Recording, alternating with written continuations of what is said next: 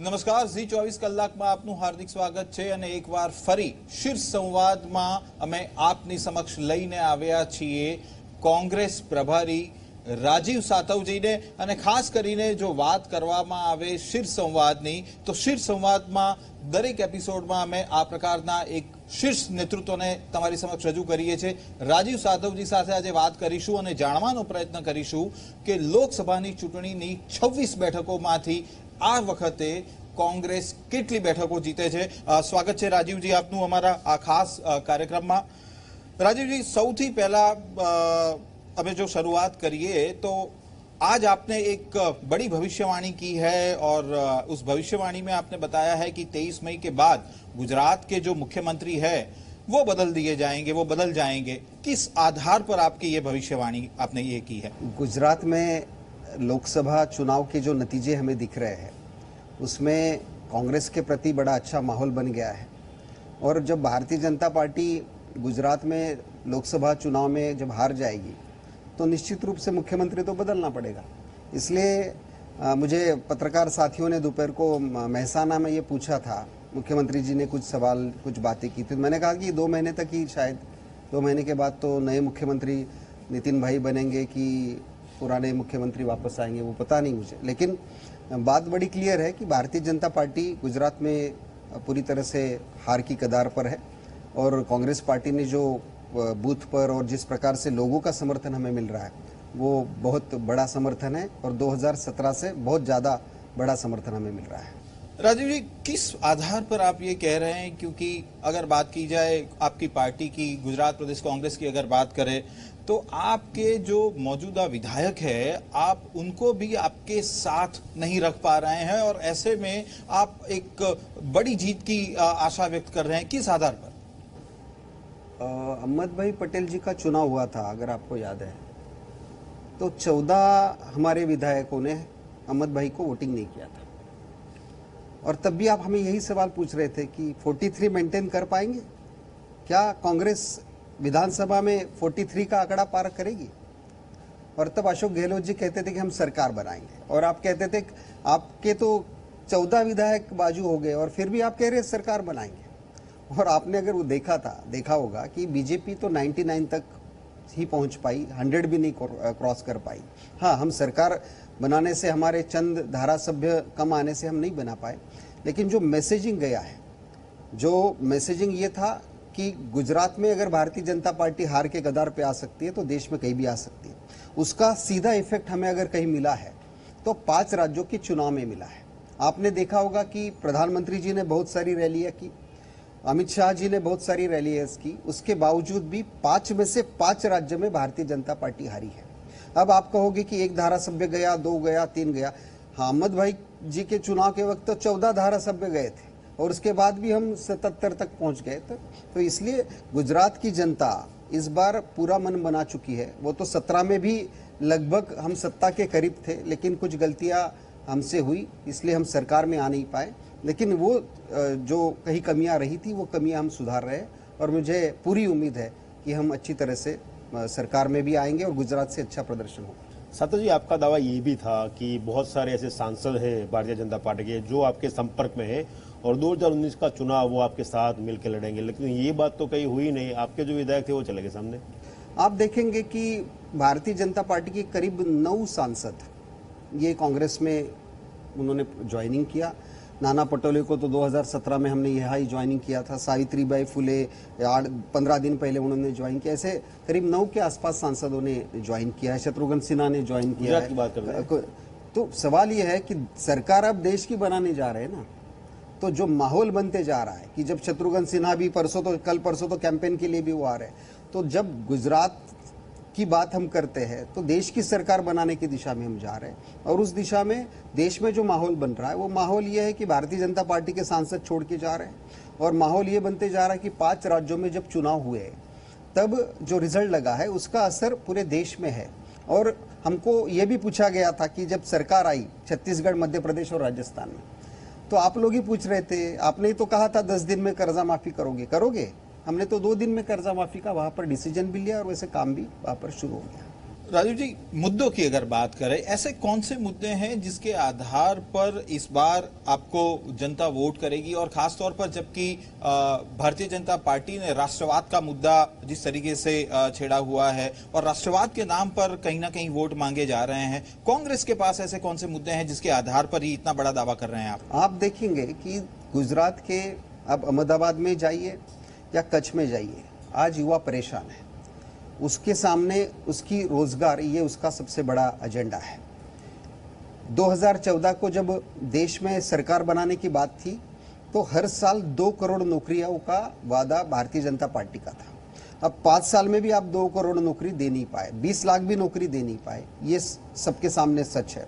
जिस प्रकार से खेडूत आज परेशान है, खेडूत के उपज को दाम नहीं, उसकी कर्जा माफी नहीं, उसके ऊपर वो जो क्रॉप इंश्योरेंस के लिए पैसे भर रहा है, उसकी वजह से प्राइवेट कंपनीज को फायदा मिल रहा है। तो ये सब जो मुद्दे हैं, ये पूरे गुजरात में 2017 को थे, लेकिन 2017 को सही मायने में हम लोगों तक उसको लेकर नहीं जा पाए, लेकिन अब 19 में वो लोगों के सामने है और पूरा समर्थन हमें लोगों का मिला। 2017 में आपके पास 3 जो युवा चेहरे थे, हार्दिक पटेल, जिग्नेश मेवाणी, अल्पेश ठाकोर, ये 3 चेहरों के आधार पर आपने राजनीति की थी और कहीं ना कहीं उसमें आपको थोड़ी निश्चित तौर पर सफलता मिली थी, ये कहा जा सकता है। लेकिन अब तो वो भी आपके हाथ से सरक रहे हैं, अल्पेश ठाकोर भी आपके हाथ से निकल गए। यही सवाल आपने हमें पूछा था जब शंकर सिंह जी निकल गए थे। आपने कहा था, अरे बाप रे, आपका विपक्ष का नेता जा रहा है तो कांग्रेस कहां से बचेगी। विपक्ष के नेता तो गए, लेकिन कांग्रेस ने तो परफॉर्मेंस दिया। तो बहुत क्लियर बात है कि पीछे भी ऐसा बहुत बार हुआ, और जितनी बार ऐसा हुआ कांग्रेस ने ताकत से उसमें अपने आप को उभारा है, क्योंकि गुजरात के जनता ने समर्थन दिया है। अब सवाल यह है कि देश में बड़े उद्योगपतियों की सरकार बनेगी कि आम आदमी की सरकार बनेगी। देश में बड़े कॉरपोरेट्स को 30-30 हजार, 9-9 हजार, 10-10 हजार करोड़ का फायदा होगा कि आम आदमी के खाते में 72,000 रुपए जाएंगे। ये फैसला देश की जनता करने वाली है। और वोट करने के लिए कोई विजय माल्या बाहर से नहीं आने वाले हैं। वोट करने के लिए बाहर से कोई आकर नीरव मोदी, ललित मोदी वोट करके देश में सत्ता नहीं देने वाले हैं। यहाँ पर तो देश में आम आदमी वोट करने वाला है और आम आदमी कांग्रेस के पक्ष में वोट करेगा। सातव जी, सवाल ये होता है कि भारतीय जनता पार्टी काफी आक्रामक रूप से अपना प्रचार प्रसार करती है, उसके सामने कांग्रेस का जो प्रचार प्रसार है वो काफी धीमा और नीरस लगता है।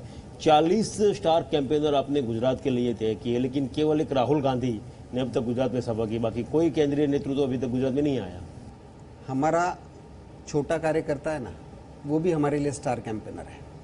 हम एक आदमी के मन की बात में कभी विश्वास नहीं रखते हैं, हम जन की मन की बात में विश्वास रखने वाले हैं। और इसलिए आपने अगर ये हमारा घोषणा पत्र भी देखा होगा तो इसमें जन है, और बीजेपी के घोषणा पत्र में देखा होगा तो एक आदमी का मन है। तो ये फर्क हमारा और भारतीय जनता पार्टी के मैनिफेस्टो में भी है, सोच में भी है।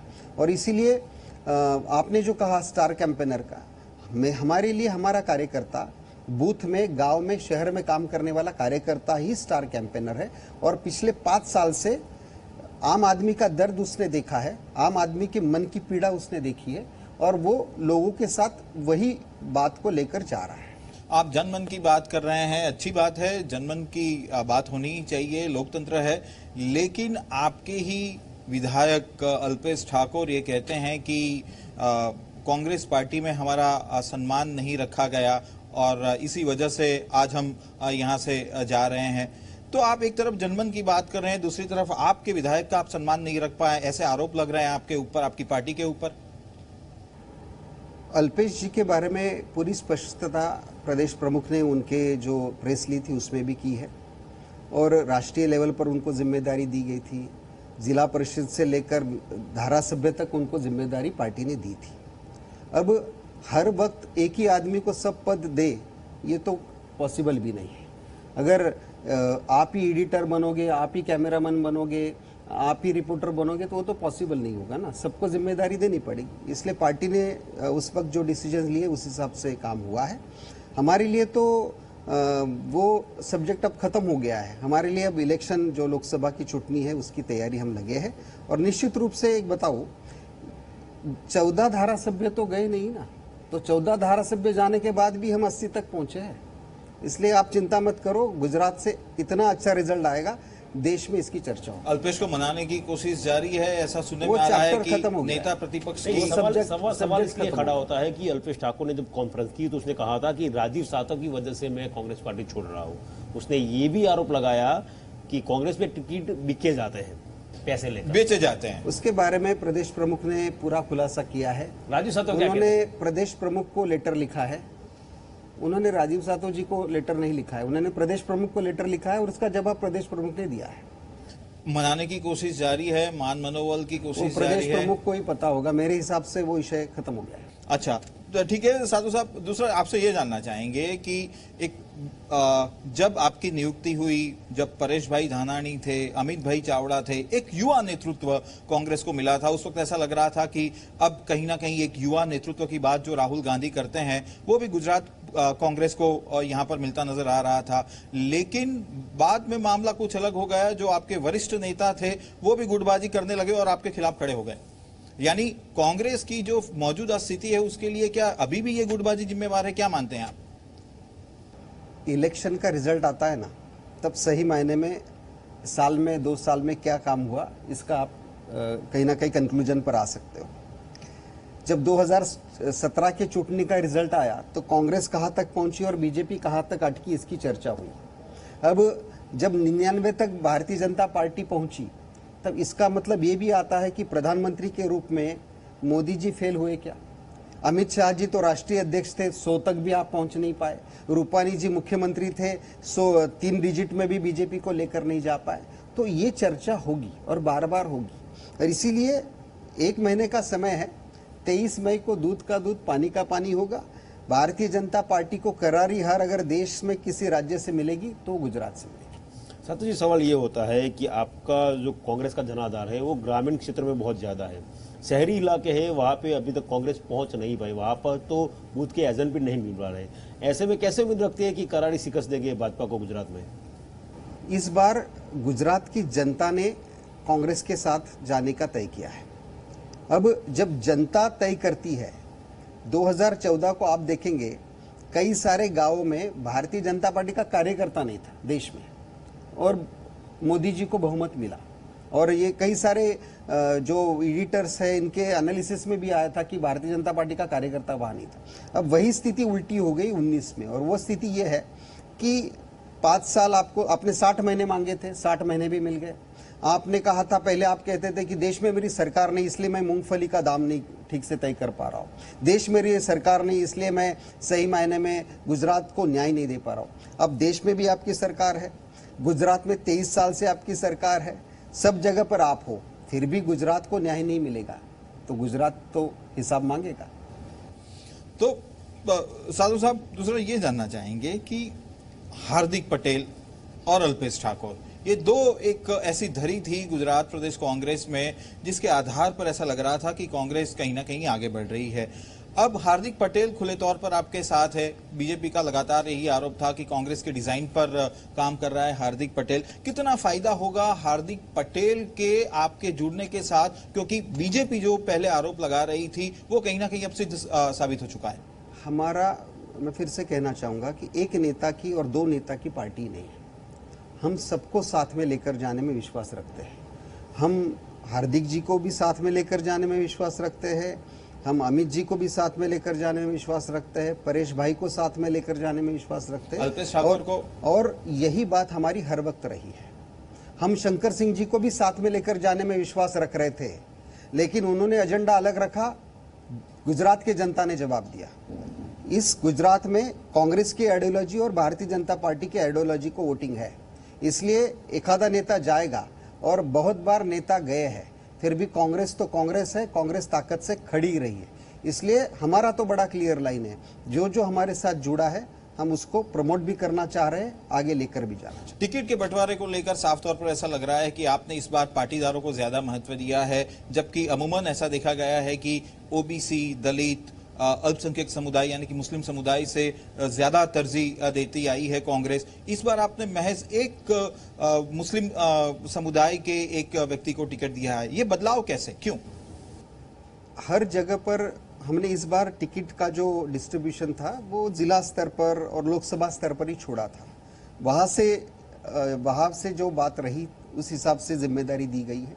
और मुझे लगता है कि जहाँ से जिस आदमी के लिए, जैसे अमरेली से परेश दनानी के लिए कहा गया था तो परेश दनानी जी को जिम्मेदारी दी, तो उसी हिसाब से हर विधानसभा लोकसभा से जो आवाज आई है वही जिम्मेदारी हमने दी है। सातव जी, सवाल ये भी होता है कि आप कहते हैं कि नए चेहरे आएंगे लोकसभा के चुनाव में, लेकिन आपको 12 विधायकों को मैदान में उतारना पड़ा। पिछले साल जो चुनाव हारे तो उन लोगों को भी आपको मैदान में रखना पड़ा है, तो क्या कांग्रेस के पास कोई नया नेता, कोई नया नेतृत्व नहीं है अभी कोई? हर वक्त जब आप चुनाव में जाते हो तो आपके पास का जो बेस्ट पॉसिबल ऑप्शन है उसको आप जिम्मेदारी देते हो, और वैसे ही जिम्मेदारी हमने यहाँ पर दी है। आपने देखा होगा कि जैसे परेश दनानी को हमने जिम्मेदारी दी, तो मुझे किसी ने सवाल पूछा कि आप विपक्ष के नेता के रूप में परेश दनानी को रखना नहीं चाह रहे हो क्या? तो मेरी तो सोच ये है कि परेश दनानी मंत्री बने, भरत भाई मंत्री बने, तो अच्छी सोच है। तो केवल 2 क्यों, भरत भाई और परेश भाई क्यों? बाकी आप तो 26 की बात कर रहे हैं। तो 26 लोगों को तो मंत्री नहीं बना पाऊंगा ना मैं, तो मुझे गुजरात की सरकार जब हमारी बनेगी तब बाकी लोगों को भी बनाएंगे, चिंता मत करिए। तो साधु जी, दूसरा खास अगर बात की जाए, आप कितनी सीटें एक्सपेक्ट कर रहे हैं अगर बात की जाए 26 लोकसभा बैठक की? क्योंकि निश्चित तौर पर 2017 के विधानसभा चुनाव के जो परिणाम है उसको अगर मद्देनजर रखें तो निश्चित तौर पर आपको फायदा होता नजर आ रहा है, लेकिन इस 2 साल में काफी कुछ बदलाव हो चुका है, ऐसा बीजेपी का दावा है। क्या इस बार भी इस तरह के परिणाम आएंगे? कांग्रेस के फेवर में बहुत जबरदस्त नतीजे आएंगे। हम 26 सीटें लड़ रहे हैं। आप उदाहरण के रूप में लीजिए कि कई सारे सीटों पर तो एक बार फॉर्म भरने के लिए भारतीय जनता पार्टी के नेता आते थे और बाद में वोट डालने के लिए आते थे, अब तो बार बार आना पड़ रहा है। इसका कारण ये है कि जनता ने अब परिवर्तन की बात रखी है और वो कांग्रेस के फेवर में है। यदि जनता कांग्रेस को वोट देती है तो किस मुद्दे के आधार पर वोट देना चाहिए और क्यों देना चाहिए उसको? जो भारतीय जनता पार्टी की सरकार रही वो बड़े बड़े उद्योगपतियों की सरकार रही। बाकी जिस प्रकार से बड़े बड़े लोगों को फायदा पहुंचाने की बात रही, कांग्रेस का एजेंडा बड़ा क्लियर है। हम आम आदमी को मदद करना चाह रहे हैं। जीएसटी और नोटबंदी से इस देश की जो अर्थव्यवस्था है वो पूरी तरह से कहीं ना कहीं ठप हुई है, उसको हम चालू करना चाह रहे हैं। उसमें आम आदमी के माध्यम से पैसा डालना चाह रहे हैं। जब आम आदमी के जेब में पैसा आएगा, लोगों के पास से पैसा कहीं ना कहीं इकोनॉमी में आएगा और देश की अर्थव्यवस्था और दौड़ने लगेगी। उस दिशा में हम काम कर रहे हैं। राजीव जी, एक बात ये भी सामने आ रही है कि आपने जिस तरीके से लगातार राहुल गांधी जी ने भी बताया कि चौकीदार चोर है, क्या आपको लगता है कि चौकीदार चोर है का जो नारा है और बाद में बीजेपी ने काउंटर किया मैं भी चौकीदार, तो कहीं ना कहीं ये जो आपका नारा था वो मिस फायर हुआ, ऐसा लग रहा है आपको? बहुत सीधी सरल बात है कि आपने किसी खेडूत के घर के सामने चौकीदार देखा है? आपने बेरोजगार युवा के घर के सामने चौकीदार देखा है? तो उसका बहुत स्पष्ट जवाब है, नहीं है। इसलिए इन सबको जब तक न्याय नहीं मिलेगा तब तक इस देश को न्याय नहीं मिलेगा। 60 महीने हमने आपको दिए, अब 60 महीने आप अमीरों की चौकीदारी करते रहे, तो ऐसे चौकीदार आपको मुबारक हो। लेकिन इस देश को चौकीदार की जरूरत नहीं है। इस देश को अगर सही मायने में जरूरत है तो आम युवाओं को रोजगार देने वाले की, इस देश को अगर जरूरत है तो किसानों को सही मायने में न्याय देने वालों की, और वो कांग्रेस पार्टी करेगी। सातव जी, सवाल ये भी होता है कि आपने बहुत सारे मुद्दे बताए कि इन मुद्दों को लेकर कांग्रेस लोगों के बीच जा रही है, लेकिन वो जो सारे मुद्दे हैं वो लोगों के दिमाग में भी घुस नहीं रहे, कोई जहन में उनके आ नहीं रहा। और कहीं ना कहीं आप चुनाव में भी देखते हैं कि जो ख्वाब कांग्रेस देखती है सत्ता बनाने की, सरकार बनाने की, वो कभी खत्म नहीं होती। गुजरात में तो 23 साल से खत्म नहीं हुआ। यही सवाल आप हमें 5 राज्यों के चुनाव में भी पूछ रहे थे और आप कह रहे थे मोदी जी तो बहुत रैली कर रहे हैं और अमित शाह तो रात में भी रैली कर रहे हैं, और 5 में से एक भी राज्य भी नहीं जीत पाए। इसलिए सवाल तो ऐसे ही आप पूछ रहे थे 5 राज्यों के चुनाव के पहले भी, और उसका जवाब तो 5 राज्य की जनता ने भी दिया। 3 राज्य में हम जीते और 5 राज्य में भारतीय जनता पार्टी हारी। वो माहौल तो वो तो सेमीफाइनल था, अब तो फाइनल है। और सही मायने में जो फाइनल बनी है और जो चर्चा हो रही है, जिस प्रकार से माहौल कांग्रेस के फेवर में आ रहा है और लोग कांग्रेस के प्रति समर्थन दे रहे हैं, शायद जिस प्रकार से ये हुआ है और ये बदलाव कांग्रेस के पक्ष में हुआ है, हम पूरे बहुमत की सरकार बनाने की दिशा में जा रहे हैं। आपने पहले भी कहा था कि ये तो अभी ट्रेलर है, 2017 के समय आपने कहा था पिक्चर तो अभी बाकी है, लेकिन पिक्चर अभी शुरू हुआ हो ऐसा माहौल बनता नजर नहीं आ रहा है और खास पुलवामा अटैक के बाद पूरा जो पिक्चर है वो बदलता हुआ नजर आ रहा है। कैसे देखते हैं आप? पिक्चर तो शुरू भी हो गई है और एंड इतना जबरदस्त होगा, कांग्रेस की बहुमत की सरकार बनेगी, आप देख लेना। क्योंकि हुआ ऐसे कि 5 राज्यों में भी चुनाव जब चल रहे थे तब भी आपको लगा नहीं था कि पिक्चर शुरू होगी, अब तभी पिक्चर शुरू हुई थी, जो आप लोग कभी रीड भी नहीं कर पाए। तो पिक्चर तो जब 5 राज्यों के चुनाव शुरू हुए तभी पिक्चर शुरू हुई थी। जिस प्रकार से लोग कांग्रेस के फेवर में आ रहे हैं, इससे आपने देखा होगा CWC के वक्त जो रैली हुई, पिछले कई सालों में इतनी बड़ी रैली हुई नहीं है। तो ये ऐसे थोड़ी है कि कांग्रेस ने सब लोगों को लाया, लोग तो खुद से भी आए थे। तो इससे तो स्पष्ट दिख रहा है कि समर्थन कांग्रेस के फेवर में है। आप मानते हैं कि पुलवामा अटैक के बाद थोड़ा माहौल जो था कांग्रेस की ओर वो थोड़ा भी शांत हो गया और न्यूट्रल हो गया, ऐसा कुछ? ये कई कुछ जो न्यूज चैनल है इसमें ये चलाया जा रहा है, लेकिन जो आम आदमी के मन में है ना बॉस, वो रोजगार है, खेडूतों का दर्द है।